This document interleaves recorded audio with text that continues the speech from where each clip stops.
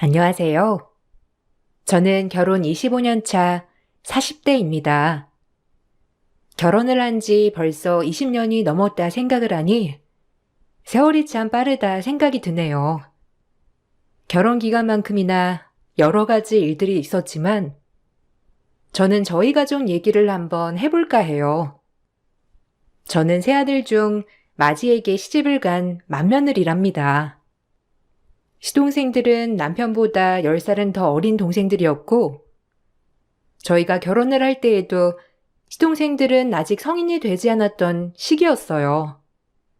그러다 보니 결혼을 하고 나서 나이가 많으셨던 시부모님을 대신해서 시동생들을 데리고 와 뒷바라지도 해주었습니다.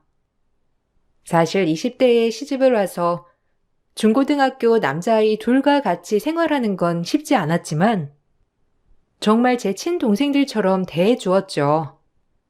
그것 때문에 남편은 저에게 항상 고마워했어요. 여보, 힘들지 않아? 내내 가게일 보다가 집에 와서 동생들 뒷바라지 해주느라 당신 참 고생이 많아. 내가 정말 미안해. 당신 나한테 시집 오지 않았으면 더 편하게 살 수 있었을 텐데 나한테 시집 와서 이런 고생하는 게 아닌가 싶어서 말이야. 혹시라도 동생들이 당신 말 안 들으면 언제든지 나한테 말해.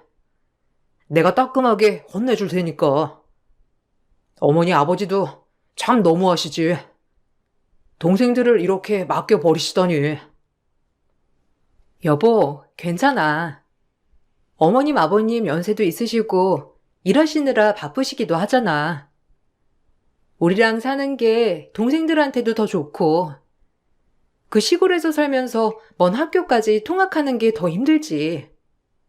우리 집에서 학교까지 얼마 안 걸리는데 여기서 사는 게 더 나아. 그리고 도련님들 둘 다 집에 와도 밥 먹고 잘 시간밖에 없잖아. 말 안 듣고 싶어도 그럴 시간도 없고. 그리고 도련님들 너무너무 나한테 잘해주니까 걱정하지 마. 오히려 나는 든든한 장정 세 사람이 우리 집에 있다고 생각하니까 더 좋은걸? 역시 우리 여보는 마음이 넓어서 좋아. 내가 정말 당신한테 잘할게. 어머니 아버지도 당신한테 항상 고마워하고 있어. 동생들도 거리낌 없이 받아주고 거기다가 매일 아침밥도 챙겨주고 말이야. 자기 자식이어도 하기 힘든 일인데 당신은 살뜰하게 잘 챙겨주잖아. 이거 어떻게 보답을 해야 할까? 내가 늘 고민하고 있다니까. 보답은 무슨? 솔직히 결혼하면서 시동생들이랑 살 생각하니까 나도 걱정 많이 했었거든? 근데 오히려 더 편하게 잘 지내는 것 같아. 어머님, 아버님도 나한테 더 잘해주시고 신경도 많이 써주시잖아. 서로서로 더 조심하게 되니까 난 이게 더 나은 것 같다고 생각해. 그러니까 당신도 나한테 보답할 생각으로 말하지 말고 지금 이렇게 서로 잘 지내는 걸 감사하면서 지내자. 알았지? 당신, 우리 동생들 지금 공부 정말 잘하는 거 당신 덕인 것도 알지? 이거는 진짜 당신 덕분이야. 걔네들 집에서 통학했으면 매일 1시간씩 등하교해야 했는데 우리 집에서 편하게 지내면서 걸어서 학교 가잖아. 거기다 아침도 든든하게 챙겨줘. 주말이면 먹고 싶다는 거 다 해주고. 이런 형수님이 어디 있어? 당연히 내가 보답해야지. 동생들도 나중에 커서 다 보답할 거야. 나는 다른 것보다 나중에 도련님들 결혼하고 나면 이렇게 행복하게 잘 지냈으면 좋겠어. 나는 외동딸이었잖아. 지금 이렇게 북적북적거리면서 지내는 게 얼마나 신기하고 재밌는지 몰라. 엄마 돌아가시고 나서 가게 운영하면서도 나랑 같이 할 동생들 있었음 참 좋겠다 싶었는데 나는 당신이 정말 부러워. 그래서 나도 당신 가족에 속하고 싶은 마음이야. 남편은 세 아들로 북적북적하게 자랐지만 저는 외동딸로 자랐어요. 평생을 식당을 하시던 부모님 때문에 항상 학교에서 돌아오고 나서도 집에서 혼자 있었던 때가 많았는데 시댁은 그런 분위기가 아니었죠. 오히려 결혼하고 나서 제 편이 든든하게 생긴 것 같아서 좋았어요. 저는 고등학교를 졸업하고 부모님 가게를 물려받았습니다. 그때 당시 엄마 아빠의 몸이 좋지 않으셔서 저도 부랴부랴 물려받았었는데 이미 그때가 가게를 운영한 지 50년 차였어요. 할머니에게서 엄마가 물려받고 다시 제가 물려받았던 곳이었는데 사실 그때는 제 의지로 받았던 건 아니었어요. 그래도 열심히 운영을 하다 보니 단골이셨던 시부모님 눈에 제가 들어오게 되었고 그렇게 남편을 소개받아 결혼까지 하게 되었죠. 남편은 저보다 훨씬 잘난 사람이었어요. 공부도 잘했고 거기다가 능력도 출중해서 고졸에 장사하는 저와는 어울리지 않았었는데 시부모님께서는 남편에 비해서 저를 더 훌륭한 사람이라고 칭찬해 주셨어요. 은정아, 나는 너를 내 며느리라고 생각하지 않아. 나는 널 내 딸이라고 생각하지. 돌아가신 사돈께는 미안한 말이지만 은정이 너 같은 딸 한 명만 있었으면 내가 정말 너무너무 행복할 것 같아. 우리 상철이도 공부 잘하고 훌륭하게 제 갈 길 가고 있지만 사실 난 은정이가 더 대단하다고 생각해. 20년 넘게 너희 가게 가면서 지켜본 넌 항상 부모를 위하고 따뜻한 아이였어. 그러니까 네가 정말 훌륭하다는 걸 느끼면서 살았으면 좋겠어. 아휴, 어머님, 제가 무슨 훌륭해요. 어머님 밖에서 그런 소리 하시면 다들 웃어요. 당연히 저희 남편이 더 훌륭하죠. 공부도 저보다 훨씬 잘했고 직장도 저보다 훨씬 좋고요.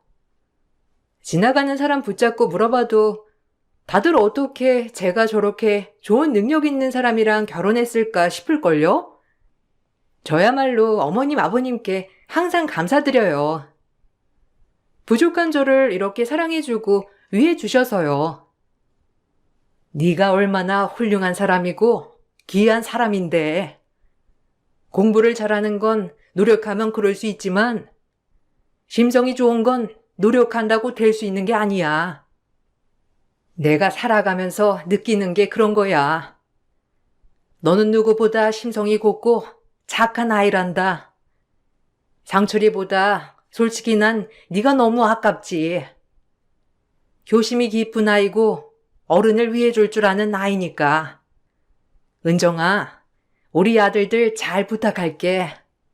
내가 너에게 너무 큰 부담을 주는 건 아닌가 싶구나. 아니에요, 어머님. 전혀 부담 아니에요. 어머님도 무작정 시동생들 챙기라 한 것도 아니고 제가 그러겠다고 한 거잖아요. 그러니 너무 걱정하지 마세요. 어머님, 아버님은 그동안 건강만 챙기시고 저랑 오래오래 보고 살아요. 아셨죠? 시동생들은 제가 알아서 잘 챙길 테니까 어머님, 아버님께서는 오래 건강하게 사시기만 하세요. 결혼을 할 때부터 시부모님은 저희 친정의 결혼을 적극적으로 권하셨어요. 오히려 친정에서 남편의 조건이 부담스럽다고 하실 정도였는데 시부모님은 제가 너무나 마음에 드신다면서 정말 몸 하나만 오게 모든 걸 준비해 주셨죠. 나중에 여쭤보니 20년 동안 가게를 오고 가시면서 제가 크는 걸 보셨는데 제 심성과 태도가 너무 마음에 드셨다고 하셨어요.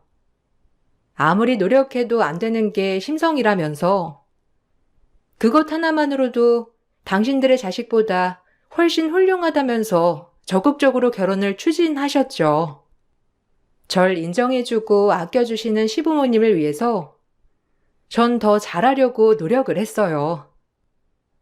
그은한 시집살이 한 번 없이 절 아껴주셨고 엄마가 돌아가실 때에도 저보다 더 장래를 신경 써서 치러주셨어요.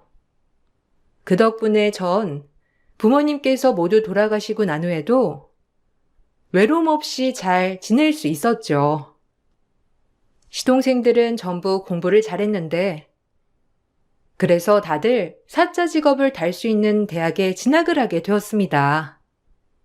대학에 들어가서도 시동생들은 저희 집에서 생활을 하면서 대학을 다녔어요.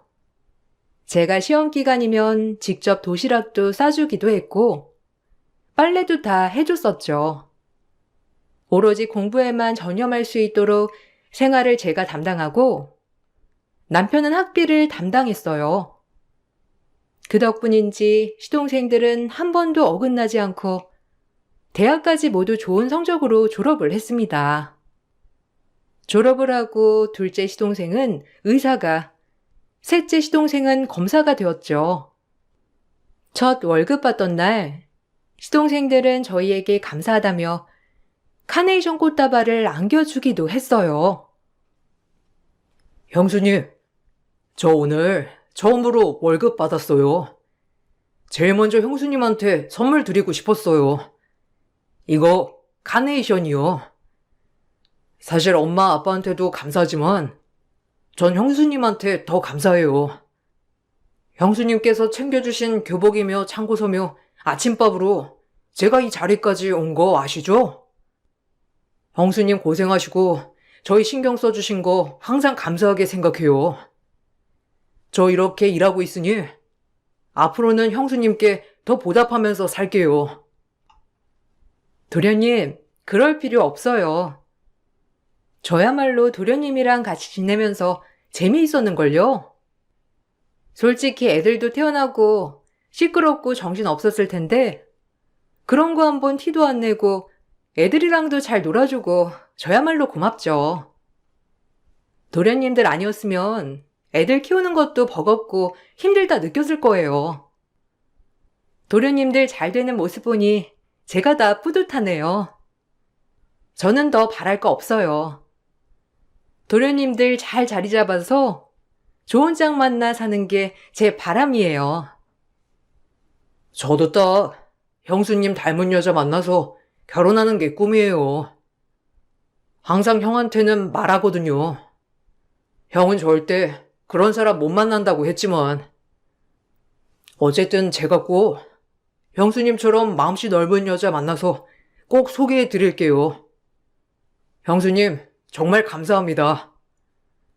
저희 가족들 모두 형수님께 감사하며 살고 있어요. 형수님은 별거 아니라고 하셨지만 정말 저라면 절대 하지 못할 일들을 형수님은 꿋꿋이 하셨잖아요. 정말 감사해요. 아니에요. 다 같이 북적북적 지내면서 저도 오랜만에 가족애를 느껴서 너무 행복했어요. 그나저나 이제 짐 옮긴다고 하니 아쉽긴 아쉽네요. 그래도 10년 세월을 함께 했는데 아쉽기도 하지만 앞으로 더 좋은 일 있겠죠. 절 이렇게 항상 생각해줘서 고맙게 생각해요. 도련님들 아니었으면 제가 이런 뿌듯함을 느낄 수 있었을까 싶기도 해요. 저야말로 고마워요. 직장 때문에 시동생들은 하나둘씩 독립을 했고, 독립을 하고 나서도 시동생들은 주기적으로 집으로 찾아와 같이 식사도 하고 시간을 보내곤 했답니다. 시동생들은 항상 저에게 감사하다고 말을 했지만 사실 저 역시 시동생들에게 고마운 마음이 컸어요. 거기다가 10년이 넘는 세월을 함께하면서 정말 제 친가족과 마찬가지로 친밀해졌고 애틋한 마음도 생겼죠. 그렇게 잘 커준 시동생들은 어느덧 결혼을 할 때가 되었답니다. 결혼을 하고 싶은 사람이라며 항상 시동생들은 동서들을 미리 저희 집으로 데리고 와 소개해주기도 했어요. 두 동서들은 모두 전문의였어요. 둘째 시동생이 결혼을 하고 나서 1년 있다 막내 시동생이 결혼을 했는데 시부모님께서는 각자 집을 해주셨고 저희는 비슷한 동네에서 살게 되었어요. 막내 시동생까지 결혼을 하고 나서 모두 처음으로 시댁에 모였을 때 시부모님께서는 항상 가족의 우애가 중요하다고 강조를 하셨죠. 막내까지 결혼을 하고 나니 이제는 정말 우리 할 일을 다 했다고 생각이 드는구나. 우리는 다른 거 바라는 거 없어. 너희들끼리 싸우지 않고 잘 지내는 게 우리 바람이지. 여기에 조금 더 보태자면 우리가 가고 나면 항상 큰형과 형수님을 부모라고 생각하면서 존중하면서 지냈으면 좋겠구나. 작은애랑 막내가 들었는지 모르겠지만 둘째랑 막내가 고등학교 때부터는 형수님과 같이 살았어. 그러면서 뒷바라지를 형이랑 형수님이 다 해주셨지. 지금 이렇게 훌륭하게 잘 큰 것도 그 덕이 있는 것이니 우리 애들이 형과 형수님을 애틋하게 생각하더라도 어느 정도 이해를 해줬으면 좋겠구나. 너희들도 이제는 가정을 꾸렸으니 무엇보다 가정이 우선이라는 점 명심하거라. 어머님, 그래도 저희 남편이 열심히 공부하지 않았으면 이렇게까지 잘 될 일이 없었지 않았을까요? 들어보니까 자정까지 학교에서 자율학습하다가 거의 집에는 늦게 들어가고 아침 새벽부터 나와서 학교 갔던 거 같던데. 어머님, 너무 형님 치켜 세우시는 것 같아요. 그래도 막내 동서까지 들어왔는데 어머님께서 그렇게 말씀하시면 너무 부담되고 그렇죠. 아, 그러니? 내가 하는 말은 너희가 형님한테 잘해야 한다고 강요하는 게 아니라 우리 애들이 형수님을 잘 챙겨도 너무 이상하게 보지 말란 뜻에서 하는 말이란다. 우리 애들이 알아서 너희한테 말은 했겠지만 아무래도 불편할 수 있는 사이일 수 있으니 미리 내가 말하는 거란다. 너무 서로 불편하게 생각하지 말고 편하게 지내라는 뜻에서 하는 말이니 오해하지 말거라. 에이, 제가 오해할 게 뭐가 있겠어요? 저나 막내 동서나 의사라서 서로 바쁘고 형님이랑 마주칠 일도 별로 없을 텐데요, 뭐. 형님은 식당 하시니 형님 나름대로 바쁘실 테고 저희야 뭐 괜찮아요. 어머님께서 이렇게 말씀 안 하셔도 저희 남편들 형수님께 얼마나 잘하는지 저도 잘 알고 있어요. 저희가 잘 안 해도 남편들이 알아서 잘할 테니 어머님도 너무 신경 쓰지 마세요. 시부모님이 사이좋게 지내라고 가끔씩 말할 때면 동서는 왠지 선을 긋는 듯한 느낌이 들었어요. 처음에는 저만 그렇게 느끼는가 보다 생각을 했는데 시부모님께서 돌아가시고 난 후부터는 분란이 눈에 띌 정도로 보였어요. 막내 시동생이 결혼을 하고 얼마 지나지 않아 시부께서 돌아가셨고 그 후 얼마 못 가 시모께서 병환으로 돌아가시게 되었어요. 돌아가시기 전에 이미 재산은 모두 똑같이 동등하게 나눴는데 나중에 재산을 정리하러 만났던 자리에서 동서들은 몫이 제대로 나뉜 것 같지 않다면서 의문을 제기했죠. 아니, 어머님 정말 재산 제대로 나누신 거 맞아요? 혹시 어머님 돌아가실 때 유언 다르게 하신 건 아니에요? 형님이 어머님 병간호 하셨으니 무슨 말 하셨던 거 아실 거 아니에요? 아무리 그래도 좀 이상해서요. 동등하게 나눴다곤 하지만 솔직히 다른 재산이 있는지 없는지 우리가 알 수가 없는 거 아니겠어요? 어머님께서 혹시라도 형님께 살짝 말해둔 걸 형님이 말을 안 한 거일 수도 있는 거고. 안 그래, 동서? 맞아요. 형님이야 20년 넘게 어머님 옆에 계셨으니까. 동등하기는 무슨? 어머님 하신 말씀 들어보면 전혀 그러지 않았을 것 같은데. 형님, 사실대로 말씀해 주세요. 우리야 며느리니까 남이라고 쳐도 자식들은 아들 셋인데 형님만 보고 재산 한쪽으로 몰아서 준 거면 좀 너무하죠. 솔직히 형님께서 남편들 뒷바라지 했다곤 하지만 재산이랑은 좀 별개 아닌가요? 동서들, 내가 아까 전에도 설명했잖아. 어머님, 아버님 재산 이제 남아있는 거 많이 없고 애초에 결혼하면서 어느 정도 나눠준 거야. 이번에 돌아가시면서 남아있는 재산 동등하게 나눈 거고 내 말을 못 믿겠다면 동서들이 알아서 한번 알아봐.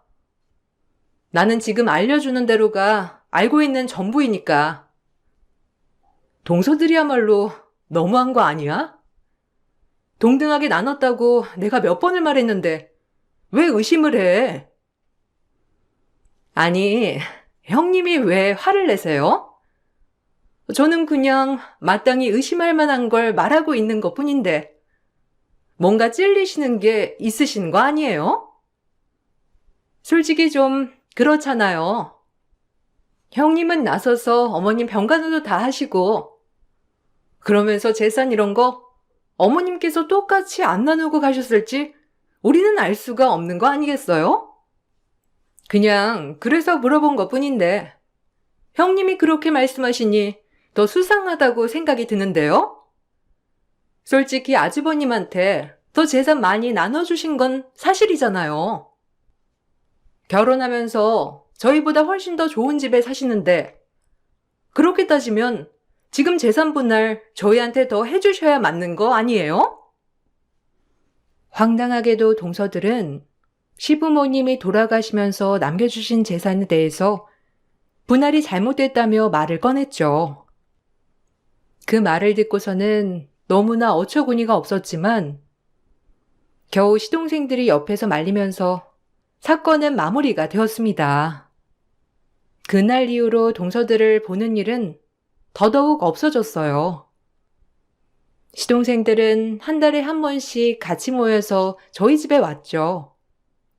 시부모님이 돌아가시기 전까지는 시댁에서 모였지만 돌아가시고 난 후에는 저희 집에서 모이기로 했어요. 그런데 몇 달을 동서들은 참석하지도 않고 심지어 들어보니 시동생들이 오는 것까지 기분 나빠하는 것 같더라고요. 처음에는 저나 남편도 신경을 쓰지 않으려고 했지만 점점 시동생들도 오는 걸 꺼려하니 남편은 서운한 마음을 내비쳤습니다. 사실 너희끼리만 오는 거라고 해도 나는 별다른 생각은 하지 않았지만 솔직히 이렇게 되니 까놓고 말해야 되겠다. 그래도 이왕이면 재수 씨들이랑 같이 오는 게 어떻겠니? 다들 바쁘게 지내는 건 알고 있지만 나는 마지막 부모님 유언 어떻게든 잘 따르고 싶은데 너희도 자꾸 재수 씨들 눈치 보느라고 잘 못 오는 것 같아서 하는 말이야. 아니면 우리끼리라도 오해는 풀고 지내야 하지 않겠어? 우리도 마음은 그러고 싶지. 근데 바쁘다면서 못 오겠다고 하는데 억지로 끌고 올 수도 없고 어쩌겠어. 부모님 돌아가시고 난 후부터는 갑자기 이렇게 획 돌아버리는 걸 보니 참 내가 결혼을 잘못했다 싶기도 해. 이제 와서 어쩌겠어, 형. 내가 나중에 잘 얘기를 해볼게. 재수 씨도 아마 우리 아내랑 같이 어울려 다니면서 얘기 듣다 보니 둘이서 짝짝꿍이 맞는 모양이더라고. 당분간은 우리끼리만 여기 와야 할 것 같아. 아니에요, 도련님. 괜히 동서들이랑 싸우지 마시고 억지로 오는 건 저희도 원하는 건 아니에요. 다만 저번에 얘기했던 내용을 제대로 풀지 못해서 오해가 쌓이고 있는 건가 싶어서 하는 말이에요. 저도 며느리고 며느리 입장은 제가 잘 알아요. 아무리 편해도 시댁은 시댁이니 동서들한테 굳이 강요할 필요는 없어요. 그리고 바쁜 사람들이니까 시간 내는 게 얼마나 힘들겠어요. 제가 형수님께는 정말 면목이 없어요.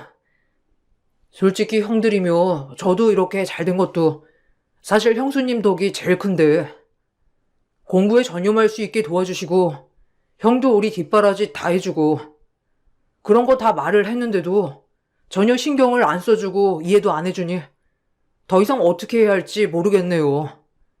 정말 죄송해요. 괜찮아요.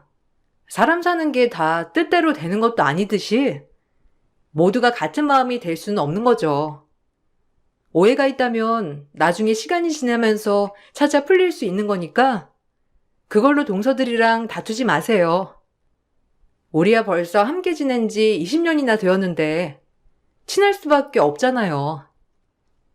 새로 들어온 식구들이니까 저희가 더 이해를 해줘야죠. 그 뒤로는 가족들끼리 만나는 것도 조심스러울 수밖에 없었어요.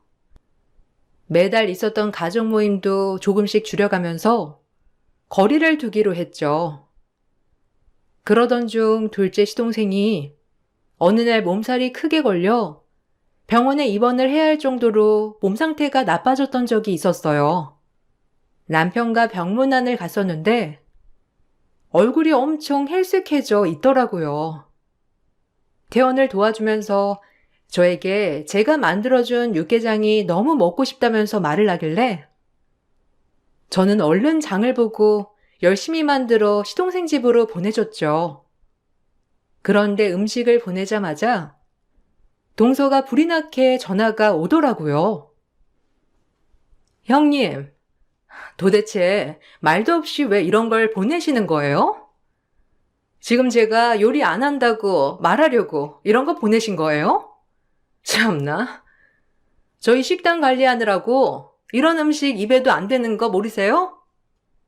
아니, 애초에 전화를 좀 해보시고선 보내셔야 하는 거 아니세요? 냉장고에 어디 둘 곳도 없고, 음식 냄새 다 배겠네.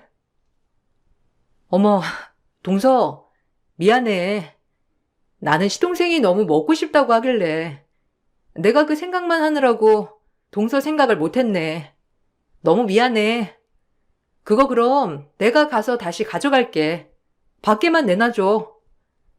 동서한테 먼저 물어볼 걸 그랬다. 오늘 시동생 병문안 갔는데 너무 야위었더라고. 몸 힘들 땐 그래도 먹고 싶은 거 먹는 게 제일 좋을 거라 생각해서 챙겼던 거야. 그래서 형님은 제가 제 남편 잘 안 챙겨서 그런 거라고 생각하시는 거네요? 형님, 요즘 누가 육개장을 집에서 직접 끓여서 먹어요? 요즘은 집에서 그런 냄새 나는 거 먹는 사람 별로 없어요. 이거 다 짜고 맵고 자극적인 건데 형님이야말로 우리 남편 건강 생각하신 거예요? 자꾸 이런 거 먹으니까 남편이 여기저기 아프고 난리죠. 형님도 그런 음식 좀 드시지 마세요. 음식은 가지러 안 오셔도 돼요. 그냥 제가 버리던지 알아서 처리할 테니까요. 하는 수 없이 시동생을 불러서 집에서 식사를 하게 차려줬는데 나중에 알고 보니 동서가 그 음식들 다시 바리바리 다 싸서 자기 친정으로 보냈다고 하더라고요. 시동생이 왜 그걸 친정으로 보내냐며 따져 물었더니 동서가 자기 부모님이 좋아하는 음식이라면서 보냈다는데 그 말을 듣고선 너무 어이가 없었죠. 그러던 중 동서들이 저를 어떻게 생각했는지 알게 된 계기가 있었어요. 동서들은 원래 다른 개인 병원 의사로 근무를 하고 있었는데 이번에 둘이 같이 개원을 하게 되었답니다. 축하 모임을 하던 날 남편은 바쁜 일이 있어서 참석을 못하겠다고 하길래 저만 서둘러 일을 끝내고 모임 자리에 참석을 하게 되었어요. 동서들, 정말 축하해. 이렇게 병원 원장님들 되어서 얼마나 기쁜지 몰라. 인테리어며 이런 거 다 하나하나 신경 썼다면서? 안 그래도 동서들 개원한다고 하길래 어떤 게 좋을까 고민했는데 그래도 축하금이 좋을 것 같아서 준비해봤어. 어머님, 아버님이 동서들 개원한 거 하시면 정말 행복해하고 좋아하시겠다. 아, 아주버님이 오늘 바쁘시다면서 못 오신다고 하셨는데 어떻게 형님께서 여기까지 오셨어요? 그냥 뭐 안 오셔도 괜찮았는데. 근데 형님, 일하다가 그냥 바로 오신 거예요? 그래도 개원식인데 좀 신경 써서 오시지 그러셨어요. 아무리 그래도 일하시는 복장 그대로 오시는 건 좀... 아, 미안해. 내가 급한 마음에 일단 축하금 전달해 주려고 그냥 왔어. 그러고 보니까 여기 모임 오신 분들이 다 갇혀있고 오시긴 하셨네. 아유, 이걸 어쩌나. 어쨌든 너무 축하해. 오래 안 있고 그냥 밥만 먹고 얼른 갈게. 일 끝나고 오느라고 나도 저녁도 못 챙겨 먹고 왔거든. 아니에요. 형님, 여기서 드시면 아무래도 형님도 불편하시니까 제가 좀 괜찮은 곳 알아봤는데 그쪽으로 가시죠. 아무래도 다른 사람들도 있고 눈치도 좀 보이고 하실 테니 그게 나으실 것 같아요. 동서들은 저를 편하게 해주겠다면서 원래 식사를 하는 자리에서 따로 어디론가 데리고 가더라고요. 처음에는 별도로 방이 마련되어 있는 줄 알았는데 아예 건물 밖으로 나가서 뭘까 싶어서 따라가 보게 되었답니다. 그런데 도착을 한 곳은 다름 아닌 병원에서 좀 떨어진 순댓국집이었죠. 형님, 솔직히 저랑 형님이랑 이제는 그냥 남이지 않아요? 시부모님도 안 계시고 제가 보기에는 자꾸 시부모님 행세하려고 하시는 것 같은데 그럴 필요 없어요. 저는 형님 전혀 신경 쓰이지 않으니까 지금껏 내내 눈치 드렸는데 이해를 못 하시는 것 같아서 제가 직접 말씀을 드려야 할 것 같아서요. 제발 좀 눈치 좀 챙기세요. 지금 무슨 소리를 하는 거야? 축하해주러 온 사람을 이런 식으로 대접하는 게 어디 있어? 그리고 내가 언제 동서 시부모님 행세한다고 그래? 시동생들도 다 같은 마음인 거야? 동서네가 날 안 봐도 상관은 없어. 그렇지만 나는 시동생들과는 계속 볼 사이니까 이렇게 하면 안 되는 거 아니야? 하여튼 못 배운 장사치랑 겸상 못하겠네. 이래서 내가 못 배운 사람들을 싫어하는 거예요. 한번 말을 하면 들어쳐 먹어야 내가 뭔 말이라도 하지. 아우 진짜. 형님만 빠져주면 우리 집안 딱 수준 높은데. 형님, 눈치껏 어울리는 거 쳐드세요. 황당한 말을 남기고 가려는 두 동서를 보면서 저는 헛웃음이 나오더라고요. 이게 무슨 일인가 싶어 당황스러웠던 것도 잠시 포복절도할 수밖에 없었습니다. 갑자기 포복절도하며 웃는 저를 보면서 동서들은 굉장히 당황스러워했어요. 전 당황한 표정으로 서 있는 두 동서들 앞으로 제 명함을 내던졌습니다. 사실 전 식당도 운영하고 있지만 투자도 하고 있었거든요. 이번에 동서네가 개원을 한 건물도 건물주가 내놓기 전에 1년 계약으로 싸게 계약한 곳에서 개원을 한 거였어요. 동서네야 어차피 다음 건물주도 자신들을 받아줄 수밖에 없겠다 생각을 한 건지 뭔지 생각 없이 임대료가 싸서 그곳을 선택했던 거였죠. 전 이번에 깜짝 서프라이즈 선물로 그 건물을 제가 구입을 하고 임대 비용을 좀 줄여주겠다고 말하려고 했는데 동선의 태도를 보고서는 절대 그러면 안 되겠다 싶더라고요. 동서들은 제가 그 건물의 주인이 된 걸 듣곤 부랴부랴 저에게 연락을 해왔지만 전 받지 않았습니다. 1년 계약이 끝나고 전 계약을 연장하지 않았죠. 그제야 동선에는 다른 곳을 알아보려고 부단히 노력을 했지만 본인들 처지에 맞는 곳을 찾기가 쉽지 않았던 모양이더라고요. 결국 저에게 뒤늦게 찾아와서 사과를 했어요. 형님, 제가 정말 잘못했어요. 제가 생각이 너무 짧았어요. 형님한테 못된 말 했던 거 정말 사과드릴게요.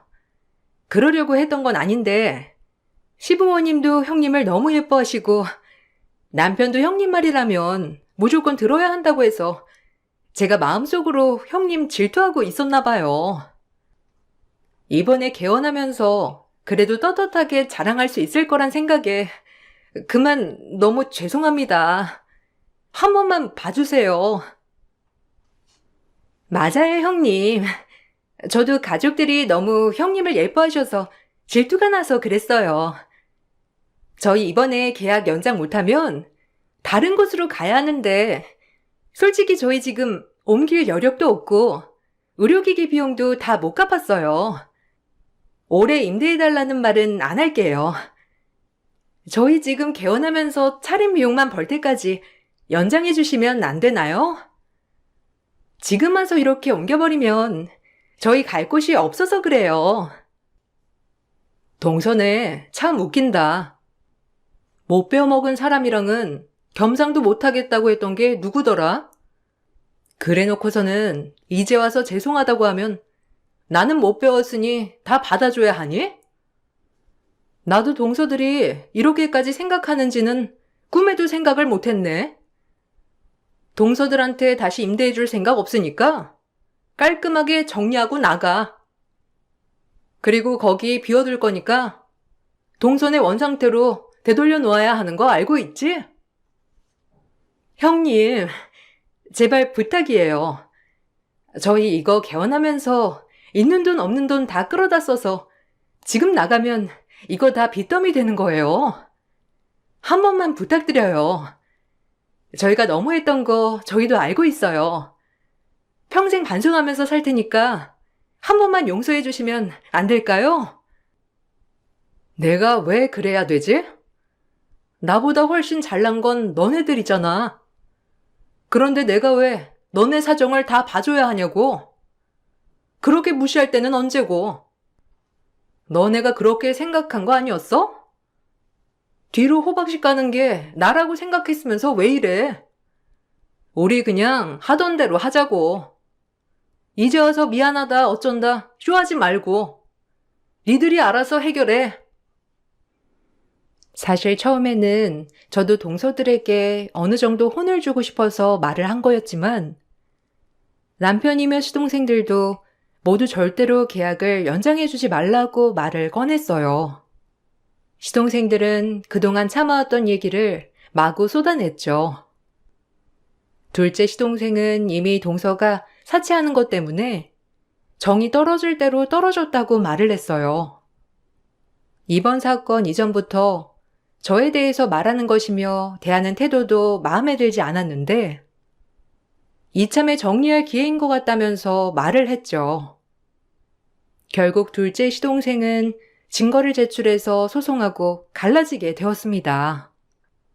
셋째 시동생은 당장 소송은 하지 못했고 별거를 하고 있어요. 그동안 저에 대해서 부당 대우를 한 증거들을 차곡차곡 모으고 있었고 어느 정도 정리가 되면 소송을 할 것이라고 하더라고요. 시동생들이 다들 이혼하고 별거를 하니 걱정이 컸지만 오히려 시동생들은 저를 찾아와서 이번 기회로 너무 많은 걸 느꼈다고 하더라고요. 저와 남편은 어떠한 조건 없이 자신들을 위해 희생을 했고 특히나 저는 말 그대로 남편의 동생들일 뿐인데도 정말 친동생처럼 대해줬었는데 동서들에게 이런 이야기를 수도 없이 했음에도 불구하고 저를 무시했다는 것은 그만큼 제대로 된 사람이 아니라고 느꼈대요. 단순히 형수인 저에게 못하는 것만으로 이혼을 한 것이 아니라 사람으로서 존중을 해주지 않으니 더 이상 함께할 이유가 없다는 시동생들의 말에 저도 수긍을 할 수밖에 없었어요. 솔직히 저도 보이는 게 중요하다고 생각해서 의사 와이프면 좋겠다 생각했던 게 컸어요. 부모님도 좋아하셨고, 사회적으로 보이는 것도 좋았으니까요. 그렇지만 아무리 잘난 사람이라고 해도 인성까지 다 갖춰줬다고 볼 수는 없더라고요. 어머니 아버지 계실 적엔 그나마 생각하는 척 하더니만 돌아가시고 나서는 내내 자기 친정에만 제가 잘하길 바라고 더 이상은 저도 힘들어서 못하겠어요. 나도 마찬가지야, 형. 와이프가 자기 친정에는 일주일에 한 번이고 두 번이고 아무 때나 가자고 하더니만 형네 집에는 절대로 갈 수가 없대. 웃기지? 엄마 아빠가 유언한 내용 기억 안 나냐고 하니까 살아있는 사람들이 더 중요한 거 아니냐고 하더라고. 그래 놓고서는 자기 집은 절대로 챙겨야 하는 게 너무 웃겼어. 마치 난 가족이 없는 것처럼 하더라고. 형수님, 죄송해요. 이렇게 된 건 저희 탓도 있어요. 아니에요.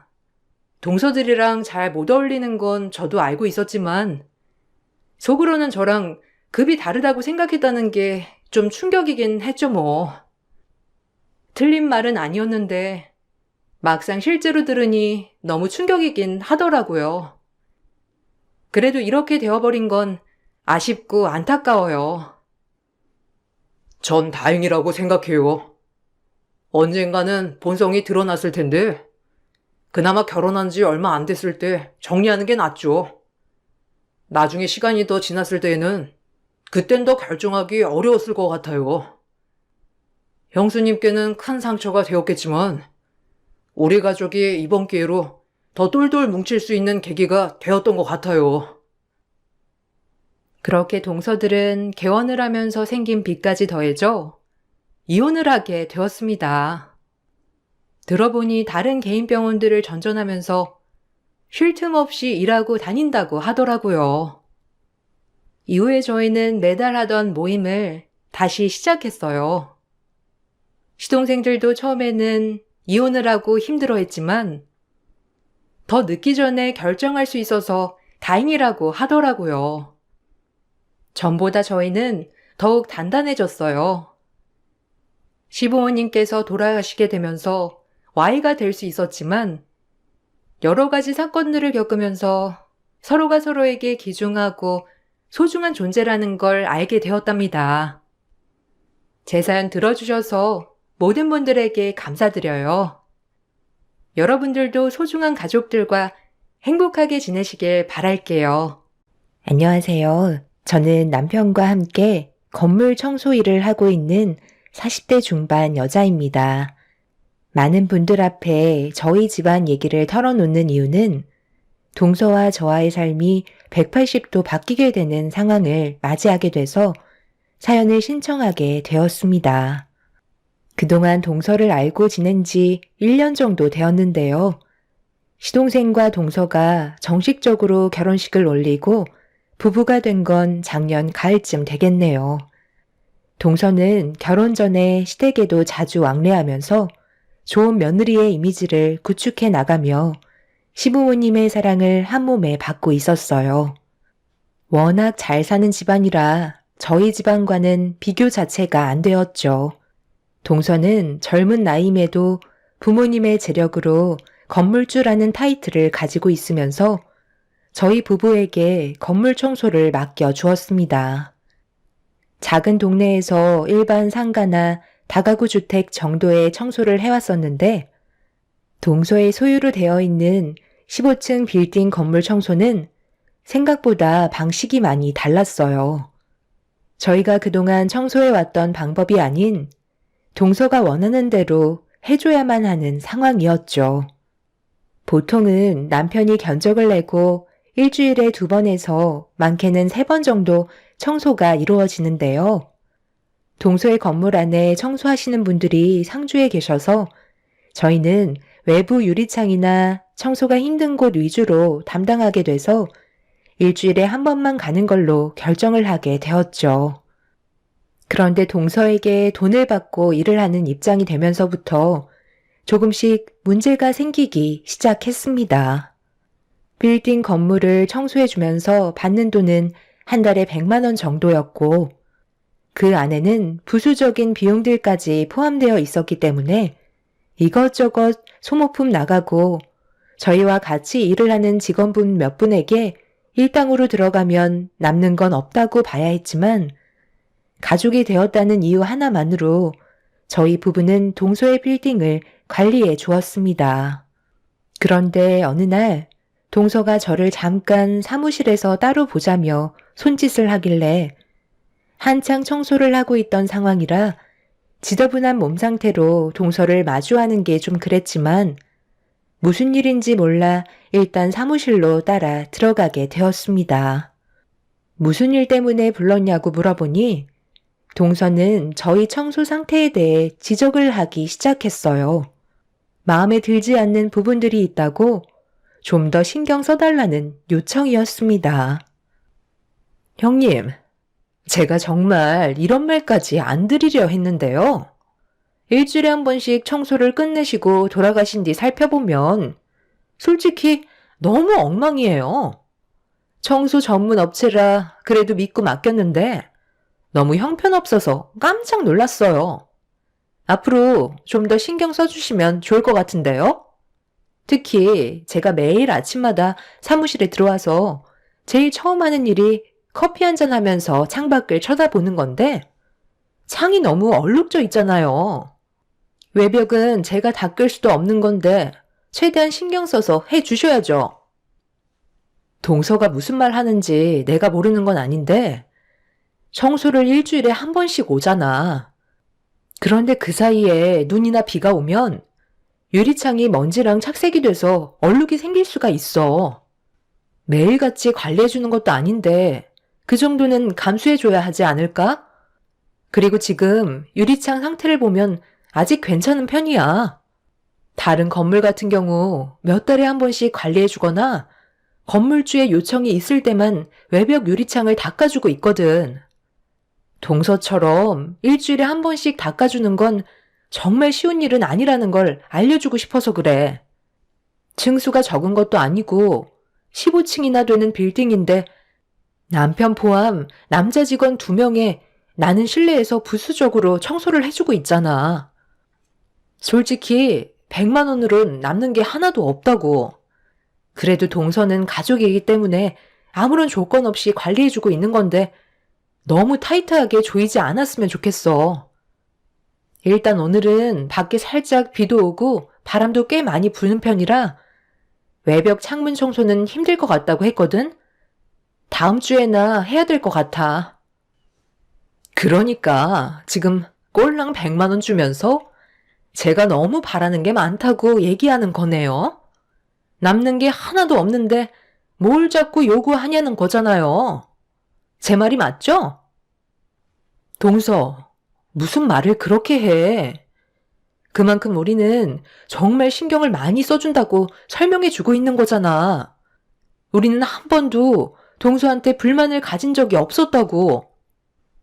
말투가 그렇잖아요. 100만 원으로 남는 게 없는데 너무 타이트하게 관리하는 것 같으니 돈을 더 올려주던지 아니면 그냥 입 다물고 있으라는 거잖아요. 밖에 비가 오던 바람이 불던 타당하게 돈을 지불했으면 일하는 날에는 무조건 관리해줘야 하는 게 맞는 거잖아요. 저는 창밖에 얼룩진 거 보고 싶지 않아요. 지금 밖에 비가 오는데 닦아봤자 의미가 없잖아. 그리고 원칙상 날이 좋지 않으면 절대 외벽 청소는 하지 않아. 큰 사고로 이어질 수도 있는 상황이라고. 그러니까 제 말을 듣지 않겠다는 거네요. 그리고 한 가지 더 지켜줘야 할 게 있는데요. 앞으로 엘리베이터에는 탑승하지 않았으면 좋겠어요. 한두 명 이용하는 시설도 아니고 저희 건물에 방문해주신 많은 분들이 엘리베이터에 올라타는데 솔직히 형님, 지금 몸 상태가 너무 더럽잖아요. 여기 상주에 계시는 아주버님께서 화장실 청소하시고 엘리베이터 내부도 닦아주시는데 힘들게 청소해 놓은 거 형님이 전부 다 더럽히신다면서요? 앞으론 계단으로 이용해 주세요. 내가 타면 엘리베이터가 더러워진다고? 청소를 하다 보면 몸에 먼지가 좀 묻을 수도 있는 건데 지금 그걸 가지고 트집을 잡는 거야? 트집이라뇨? 저는 당연한 권리를 요구하는 거라고요. 돈을 적던 많던 일단 드렸잖아요. 그럼 제가 시키는 건 당연히 해야죠. 여기 건물에서 일하시는 분들은 토 하나 안 달고 굽신거리는데 형님이 제 말에 불만을 가지시니 상당히 불편하네요. 지금 당장 제가 요구하는 것들 처리해 주셨으면 좋겠어요. 그만 나가주세요. 동서의 무리한 요구에 저는 당황하고 말았어요. 빗줄기는 점점 거세지고 있는데 창밖을 닦으라는 건 말도 안 되는 일이었죠. 억지만 부리는 동서와 더 이상 대화를 해봤자 오히려 상황만 악화가 될 게 뻔해 보여 일단 남편에게 돌아갔어요. 천장 청소와 내부 창을 닦고 있는 남편을 불러 좀 전의 상황에 대해 얘기하자 저와 똑같이 얼굴이 굳어져서 남편은 동서를 만나러 가겠다며 사무실로 들어갔어요. 그리고 확실하게 안 되는 부분들을 짚고 넘어가게 되었죠. 동서는 저와 얘기할 때와 다르게 남편이 얘기하자 동서는 더 이상 아무 말도 하지 않았습니다. 하지만 표정 관리는 되지 않았죠. 그렇게 동서의 빌딩 청소를 끝내고 집으로 돌아왔는데 시동생이 남편한테 전화를 걸었더라고요.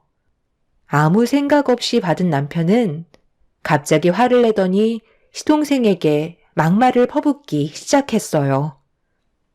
너 지금 뭐라고 그랬어?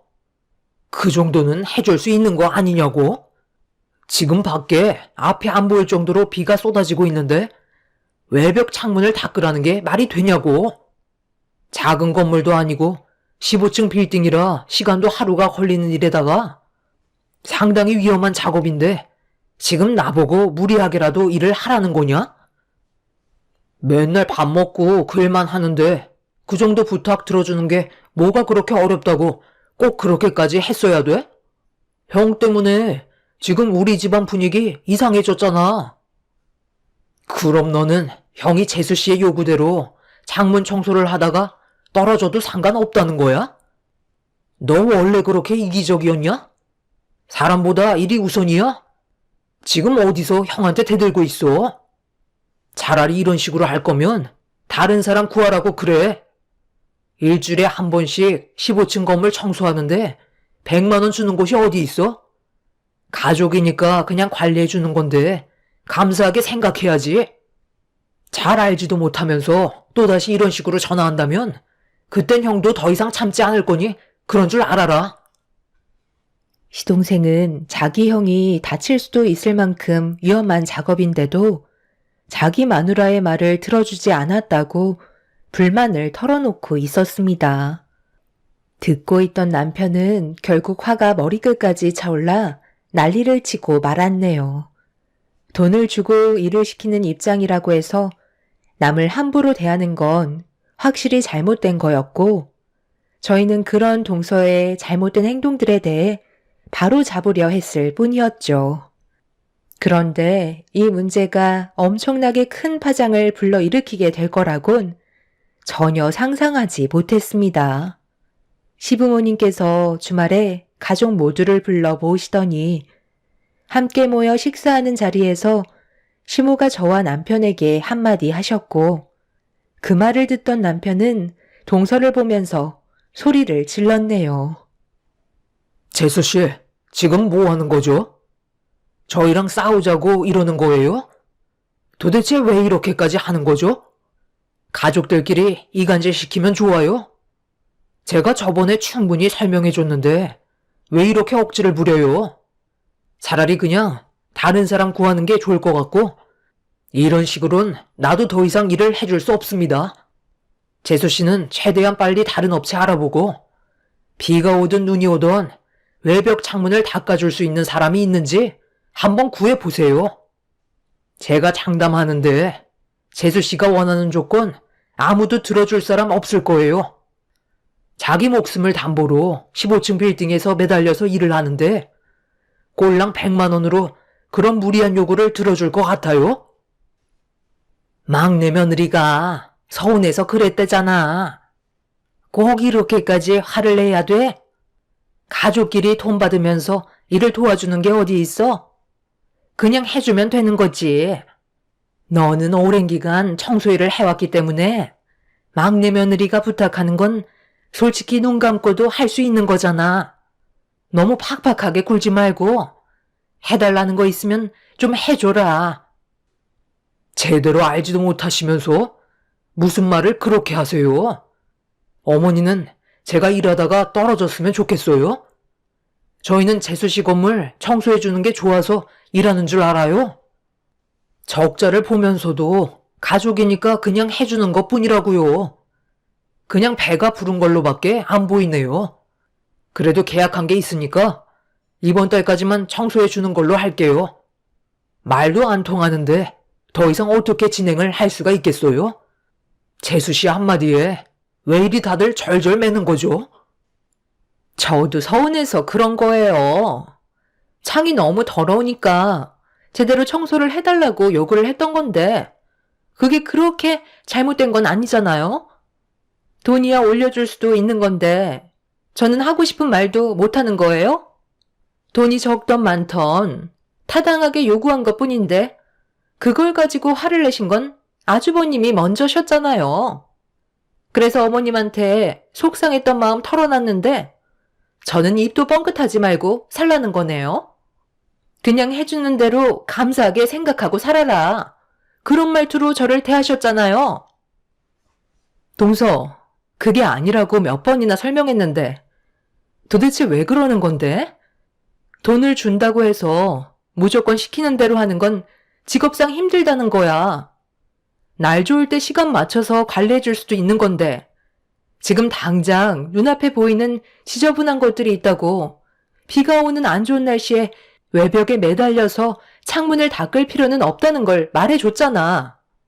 그럼 우리의 입장도 이해를 해줘야지. 무조건 억지를 부린다고 해서 좋아질 수 있는 게 뭐가 있겠어? 차라리 남을 알아보는 게 좋겠어. 집안 분위기는 점점 더 불편해졌고 남편은 더 이상 할 말이 없다며 자리에서 일어났어요. 저도 남편을 따라 같이 일어난 뒤 시부모님께 인사를 드리고 먼저 집으로 들어왔습니다. 남편은 동서의 행동에 분이 안 풀렸는지 집에 들어와선 술부터 찾았네요. 보통 다음날 일을 해야 돼서 웬만하면 술을 입에 대지 않는데 남편은 상당한 스트레스를 받은 것 같아 보였습니다. 그런 모습을 보고 있는 저도 한숨만 나왔죠. 청소 일을 한다고 해서 너무 무시를 하는 것 같아 마음이 별로 좋지 않았어요. 시동생이 동서와 결혼하기 전에는 그래도 저희 부부에게 상당히 잘해줬었는데 동서가 들어오면서부터 모든 게 바뀌어 버렸습니다. 그렇게 한참 동안 술을 마시던 남편은 방으로 들어가 누웠고 저는 밀린 일과 아이들을 재운 뒤 창밖을 바라보고 있었습니다. 새로운 가족이 들어와 함께 한다는 건 정말 쉽지 않은 문제였고 그날 이후 지속적인 마찰이 계속해서 생겨나기 시작했죠. 안 좋은 감정은 점점 서로에게 상처를 주고 말았습니다. 사건이 터지게 된 건 동서의 건물을 청소해주는 마지막 날에 벌어졌어요. 남편은 외벽 창문을 거의 다 닫고 내려오고 있었고 저 또한 1층부터 15층까지 걸어 올라가면서 눈에 보이는 것들을 청소를 대충 끝낸 뒤 다시 계단으로 내려가려 하는데 화장실 청소를 끝내고 나오신 아주버님께서 갑자기 저를 부르셨어요. 무슨 일 때문에 그러시냐고 여쭤보자 아주머님이 왜 엘리베이터를 안 타고 계단으로 내려가려 하냐며 편하게 내려가라고 저를 엘리베이터에 태웠습니다. 몸에 먼지도 많고 지저분해서 건물주가 싫어한다고 얘기하자 어디가 지저분하냐면서 아주머님도 동서를 안 좋은 시선으로 바라보고 있었습니다. 사람들도 없었고 잠깐 타는 거라 크게 문제될 것 같지 않았는데 1층에 도착하고 아주머님과 인사를 주고받으면서 엘리베이터에서 걸어 나오는 순간 제 앞에 동서가 딱 서 있었습니다. 깜짝 놀란 저는 어색한 미소로 인사를 건넸고 동서의 얼굴 표정은 굳어지더니 저를 노려보면서 왜 엘리베이터에 탔냐고 화를 내기 시작했어요. 저는 흥분한 동서를 진정시키면서 침착하게 상황을 설명해 나가는 순간 다달이 100만 원씩 꽂아주는데 고작 15층 청소하면서 엘리베이터 타고 내려왔다며 제 뺨에 손을 올려 붙였네요. 너무 놀란 저는 당황해서 아무 말도 못한 채 동서를 바라봤어요. 걸어 올라갔으면 걸어 내려오면서 청소가 안 된 곳들이 있는지 다시 한번 확인해 봐야 하는 거 아니에요? 오늘이 마지막 날이라고 아주 대충 하려고 드네? 그렇다고 지금 이게 뭐 하는 짓이야? 고작 엘리베이터 한번 탔다는 이유로 내 뺨을 때려? 동서, 원래 이런 사람이었어? 돈 좀 있는 집안이라고 밑에서 일하는 사람 전부 하찮게 봐도 되는 거야? 정말 살다 이런 대우를 받은 것도 처음이지만 나도 도저히 그냥 넘어갈 수 없을 것 같네. 동서가 방금 나한테 했던 행동에 대해 반드시 후회할 날이 올 거고 땅을 치게 될 거야. 오늘 이 시간 이후로 우리는 가족이라고 생각하지 않을게. 아주머니, 그거 화장실에 버리실 거예요? 저 주세요. 제가 버려드릴게요. 더러운 하수구가 여기에 있는데 힘들게 화장실까지 가서 청소물을 버릴 필요가 있겠어요? 저는 한가득 담겨있던 청소물을 바가지로 퍼서 동서의 얼굴에 사정없이 뿌려버렸고 화장실을 청소했던 더러워진 대걸레를 동서의 입에 쑤셔 넣어 버렸네요. 온몸이 청소물로 더럽혀진 동서는 경악을 하며 비명을 질렀고 많은 사람들이 동서와 저를 구경하고 있었습니다.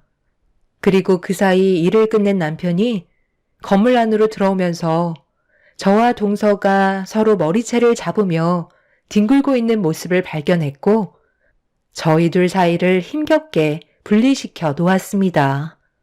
사색이 된 얼굴로 저와 동서를 바라본 남편이 무슨 일이 있었는지 물어보길래 제가 상황을 설명하니 남편은 저보다 더 분노하게 되었고 동서에게 청소물을 전부 다 부어 버렸네요. 온몸이 더러워진 동서는 주저앉아 자기 몸을 보며 비명을 지르더니 저희를 절대 용서하지 않겠다고 난리를 치기 시작했어요. 남편은 상대도 하지 말라면서 저를 부축해 차에 태운 뒤 집으로 돌아왔습니다. 그리고 잠시 뒤 저와 남편의 핸드폰은 불이 날 정도로 엄청난 전화가 쉬지 않고 계속 울려대기 시작했어요. 한참 뒤 시모의 전화를 받자 수화기에서 울려 퍼지는 화가 머리끝까지 올라온 시모의 목소리를 들을 수 있었습니다. 당장 시댁으로 달려오라는 말을 하셨지만 남편은 가지 않겠다는 한마디를 한 뒤에 전화기의 전원을 꺼버렸네요. 저희가 아무런 조치도 취하지 않자 시부모님과 시동생이 집에까지 찾아와 문을 두드리기 시작했어요. 남편은 절대 열어주지 않았고 한참 동안 집 앞에서 난리치던 시댁 가족들은 결국 돌아가고 말았습니다. 저희 부부는 앞으로 어떻게 이 문제를 처리해 나갈지 고민을 하고 있었는데 남편이 가족들과의 인연을 끊어버리고 사는 게 좋을 것 같다며 다른 지역으로 이사해서 서로 연락 안 하고 살고 싶어 했어요. 저희 편은 단 한 명도 없다는 거에 많은 상처를 받은 것 같아 보였습니다. 그날 이후 남편은 다른 집을 알아보기 시작했고 한동안 조용했어요. 분명 시댁 식구들이 계속 찾아오던지 동서가 난리를 쳐야 되는 게 맞는 건데 생각했던 거와 다른 상황으로 흘러가자 남편에게 제가 걱정하는 것들에 대해 고민을 털어놓자 남편은 신경 쓰지 말라면서 때 되면 다시 한번은 부딪히게 되어 있다고 이사 날짜가 잡혔다고 저에게 알려주었네요. 저는 남편만 믿고 따라가면 되는 거라 더 이상 신경 쓰지 않고 있었어요. 그렇게 저희는 다른 지역으로 이사를 하기 위해 이삿짐 센터를 불러 짐을 실은 뒤 새로운 집으로 이사를 하게 되었고 정신없이 짐 정리를 끝낸 뒤 한숨 돌리고 있는데 남편의 핸드폰으로 시동생한테 다시 전화 오자 남편이 받더라고요. 나는 너한테 할 말이 없는데 너는 나한테 할 말이 많은가 봐. 정작 피를 나는 가족은 나 몰라라 하는 너랑은 인연 끊을 거니까 2번 다시 연락 안 했으면 좋겠다. 형, 내 말 좀 들어봐. 지금 당장 우리 좀 도와주면 안 돼? 많이 급해서 그래. 세실이네 가족이 부도가 났대. 이번 전염병 사태로 인해 꽤 큰 타격을 입었었는데 버티면 언젠간 좋아질 거라 생각해서 무리하게 끌고 왔었는데 결국 빚만 엄청나게 떠안게 생겼나 봐. 지금 한 푼이라도 아쉬운 시점이라 형의 도움도 필요할 것 같아. 우리 가족들은 전부 다 세실이네 가족한테 금전적으로 지원을 해둔 상태야. 세실이도 과거에 잘못된 일은 전부 잊어버릴 테니 도와줬으면 하더라고. 형도 알겠지만 세실이네 아버님께서 지금 건물을 전부 다 매각하셨어. 불어난 빚 때문에 어쩔 수 없는 결정이셨던 것 같아. 마지막으로 세실이가 가지고 있던 빌딩도 아버님께서 처분하신대. 한순간에 이렇게 무너질 줄 몰랐는데 앞으로 어떻게 하면 좋을지 모르겠어.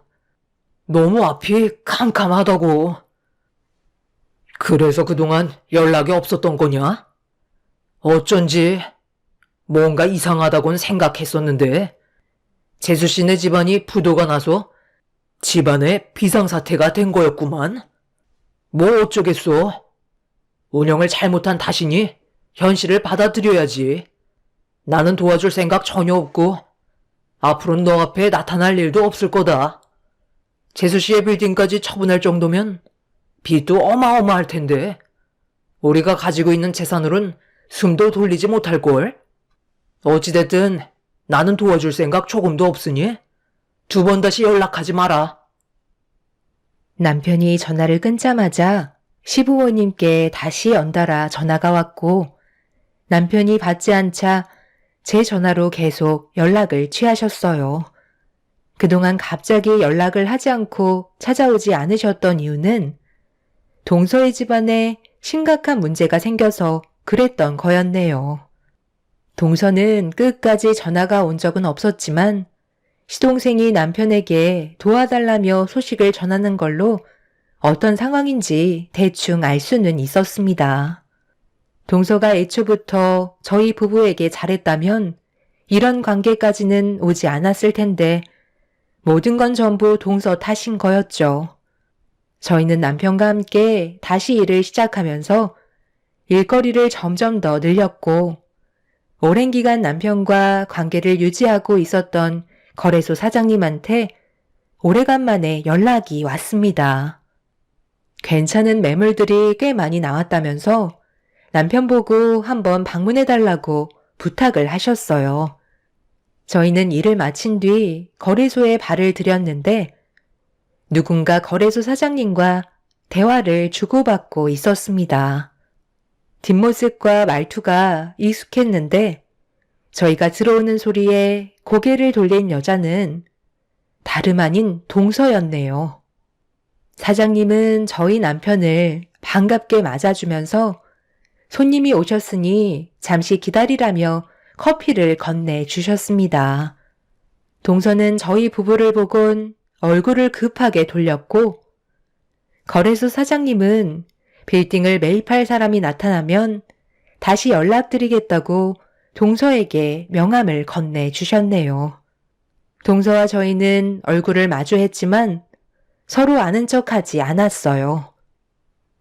저번에 말씀하신 매물이 이번에 나왔거든요. 거래 금액은 20억 정도로 보시면 될 것 같습니다. 그리고 이건 새롭게 건물 청소 요청한 이력들입니다. 이제 사장님께서도 건물주가 되시는 거네요. 저 스타트인 만큼 앞으로 잘 풀리셨으면 좋겠습니다. 이번에 사업도 더 크게 확장하신다면서요? 그렇긴 한데 사장님께서 많이 도와주셔야죠. 매번 저희 쪽에 연결해 주셔서 많은 도움이 되고 있습니다. 앞으로도 잘 부탁드릴게요. 이따가 저녁 식사 같이 하실까요? 20억 건물을 살 돈 있었으면서 우리 집안 상황 모르는 것도 아닌데 매몰차게 그렇게 나와야 했어요? 20억짜리 건물 가지고 건물주라니 웃기지도 않네. 동서한테는 푼돈일지 모르겠지만 우리는 정말 힘들게 벌어모은 돈으로 이뤄낸 결과물이거든. 남의 인생 함부로 얘기하지 말아줬으면 좋겠어. 그리고 지금 동서 집안은 부도 났다며? 20억도 없는 거 아니야? 돈 많다고 자랑하며 남을 하찮게 대하더니 꼴 좋네. 결국 뿌린 대로 거두는 거라고. 언젠가 그렇게 될 줄 알았어. 이제 동서는 건물주도 아니네. 앞으로 돈 버는 게 얼마나 힘든지 한번 겪어봐. 금수저였던 동서가 사회생활이 얼마나 어려운 건지 느껴봐야 돈의 소중함을 느끼지. 정 갈 데 없으면 우리 밑으로 들어와서 일해도 돼. 돈 벌겠다는데 청소일 정도는 하게 해줄 수 있어. 내가 정신 나갔다고 형님 밑에서 더러운 청소일을 할 것 같아요? 저는 절대 그렇게 일할 생각 없다고요. 보고 싶지 않은 얼굴 더는 마주치기 싫네요. 동서는 저희가 건물주가 됐다는 거에 배가 아픈지 말 한마디 안 붙이다가 아는 척을 하더라고요. 그런 동서가 참 안타깝게 느껴졌고 집안이 부도가 났다 해도 그 성격 절대 버리지 못할 것 같아 보였습니다.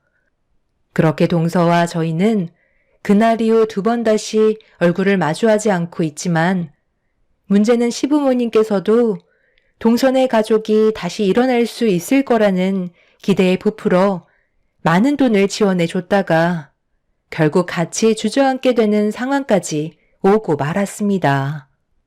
동서가 저희 부부한테 20억의 재산이 있다는 걸 시부모님께 말씀드렸는지 도와달라는 연락이 쉬지 않고 오고 있네요. 남편은 힘들게 이끌어온 우리 가족까지 무너지는 걸 원치 않는다며 전화번호까지 바꿔버렸네요. 확실하게 인연을 끊어내 버린 만큼 2번 다시 마주치지 않았으면 좋겠어요. 건물 쥐고 돈이 많다고 해서 남을 함부로 대하는 그런 사람들은 언젠가 더 크게 되돌려 받게 된다는 걸 알 수 있었습니다. 앞으로 저희 가족의 삶은 행복만 가득했으면 좋겠네요. 감사합니다.